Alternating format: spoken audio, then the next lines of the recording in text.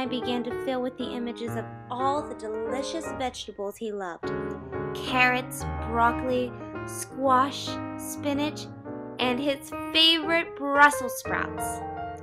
Many may think that a son who loves vegetables would be a parent's dream come true, right? However, this is not so for a family of wolves.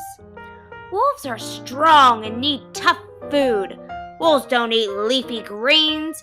Wolves eat meat, Little Wolf's father would tell him. But Little Wolf didn't like to eat meat. He considered himself a vegetarian. When Little Wolf told his father that he was hungry, he would tell him, "Go to the forest and find some meat." Little Wolf would say, "But Daddy, I don't like..." His father would furiously cut him off and say, "Eat meat! Go!" Torn with the decision he had to make, Little Wolf ventured out into the forest as his father wished, because he never wanted to disappoint him. In the distance, he could see a little red cape blowing in the wind, and the smell of yummy greens filled the air. As the figure came closer, it appeared to be a little girl. This was a perfect opportunity for the little wolf.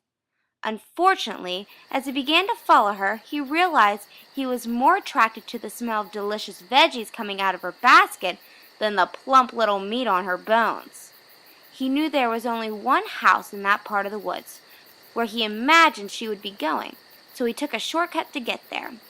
He came across a yellow house and snuck in the window.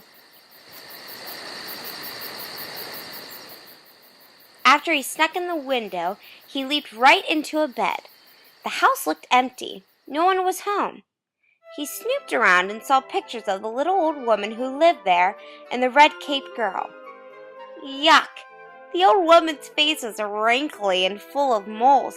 He thought to himself, how could anyone even stomach to eat her, knowing that his father and family very well would? Grrr! This began to remind him of how hungry he was. Then he got a plan. If I dress up like Grandma, the little red-caped girl would surely give me some of those veggies. So he put on an old nightgown and cap and hopped into bed. The little girl entered the home and sat down near the bed. "Hey, you Grams! I brought you some veggies from our garden." Oh, they smelled so good, the little... You're so hairy, and your ears are so pointy. Wow, you really let yourself go, Grandma, the little girl would say. Geez, thought Little Wolf, this little girl is mean, and she was beginning to make him angry. He kept thinking of what his father would say. Eat meat! Eat meat! He decided there was only one thing to do. He jumped up and he swallowed the little girl whole. Now, eating a rotten little girl is just like eating any other rotten food. The little wolf began to get a horrible stomach ache and eventually spit out the little girl, who cried and ran the whole ways home.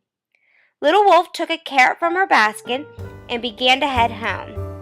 Once he got there, he explained what happened and that he tried meat, but he was happier to be a vegetarian. His father looked at him and said, I don't like the idea, but it's your decision. The little wolf soon embraced his uniqueness, and in the end he ended up building his own garden full of his favorite vegetables: broccoli, cauliflower, carrots, and his favorite Brussels sprouts. The end.